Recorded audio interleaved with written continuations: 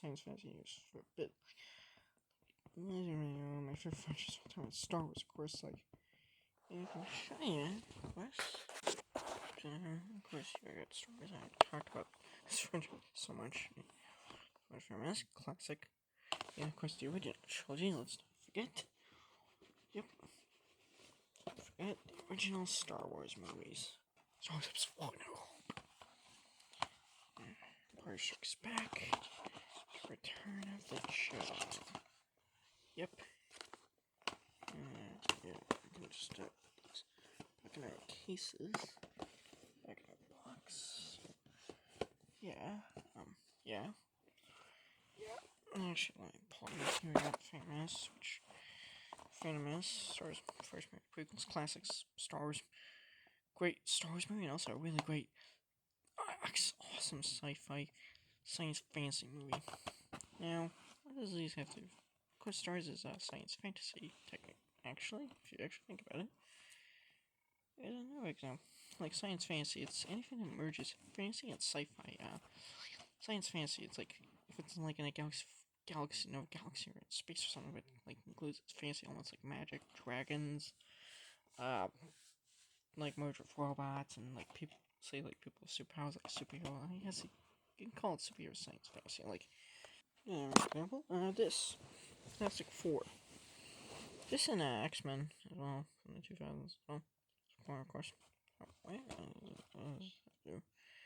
So science fantasy, what it is like it's different in the genres. Like I guess you call superhero science fantasy because it's like science explanation behind fantastical things. So yeah, scientific explanation behind fantastical things.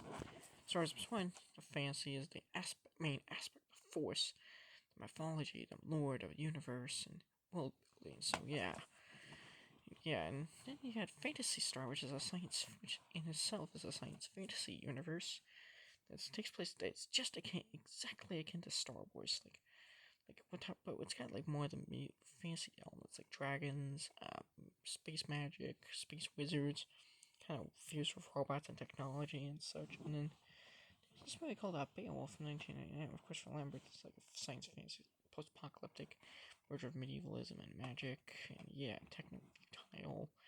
Yeah, they have science fantasies. It blends different genres, like Star Wars here, of course. Laser swords. Talked about that. So yeah, talked about laser swords. So yeah, and then let's move that out of the way. Yeah, move these out of the way. Yeah, the thing with science fantasy is that it's merging different genres.